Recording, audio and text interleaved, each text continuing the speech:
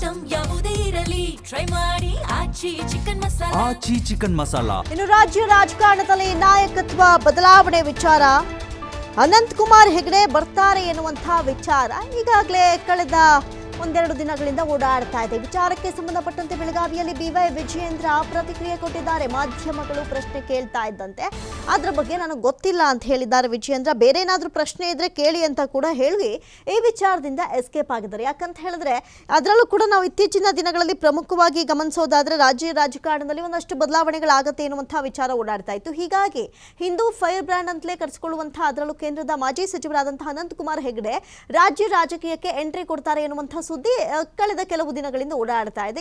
ಈ ವಿಚಾರಕ್ಕೆ ಸಂಬಂಧಪಟ್ಟಂತೆ ತೆರೆಮರೆಯಲ್ಲಿ ಈಗಾಗಲೇ ಒಂದಷ್ಟು ಸಭೆಗಳು ಕೂಡ ನಡೆದಿದೆ ಅಂತ ಹೇಳಿ, ಹಾಗಾಗಿ ಈ ವಿಚಾರಕ್ಕೆ ಸಂಬಂಧಪಟ್ಟಂತೆ BY ವಿಜಯೇಂದ್ರ ಅವರನ್ನ ಕೇಳಿದಂತ ಸಂದರ್ಭದಲ್ಲಿ ಇದ್ರ ಬಗ್ಗೆ ನನಗೆ ಗೊತ್ತಿಲ್ಲ, ಬೇರೆ ಏನಾದರೂ ಇದ್ರೆ ಪ್ರಶ್ನೆ ಕೇಳಿ ಅಂತ ಹೇಳಿ ಈ ಮ್ಯಾಟರ್ ಇಂದ ಜಾರ್ಕೊಂಡಿದ್ದಾರೆ ವಿಜಯೇಂದ್ರ.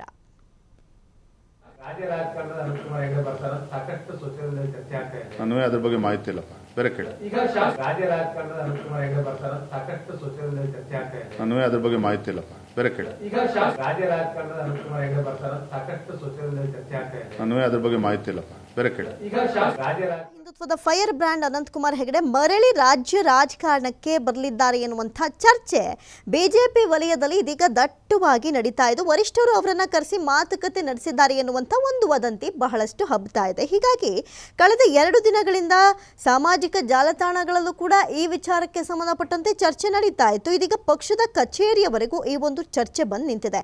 ಈ ಬಗ್ಗೆ ಇನ್ನೂ ಯಾವುದೇ ಅಧಿಕೃತ ಸ್ವರೂಪ ಸಿಕ್ಕಿಲ್ಲ. ರಾಜ್ಯ ನಾಯಕರು ಈ ಬಗ್ಗೆ ಸ್ಪಷ್ಟೀಕರಣವನ್ನ ಕೊಡೋದಕ್ಕೆ ಸಿದ್ಧರಿಲ್ಲ ಅಂತ ಹೇಳಲಾಗ್ತಾ ಇತ್ತು. ಆದರೆ ಸದ್ಯಕ್ಕೆ ಇದೇ ವಿಚಾರಕ್ಕೆ ಸಂಬಂಧಪಟ್ಟಂತೆ BY ವಿಜಯೇಂದ್ರ ಅವರನ್ನ ಕೇಳಿದಂತ ಸಂದರ್ಭದಲ್ಲಿ ಇದ್ರ ಬಗ್ಗೆ ನನಗೇನು ಗೊತ್ತಿಲ್ಲ ಅಂತ ಹೇಳ್ತಾ ಇದ್ದಾರೆ.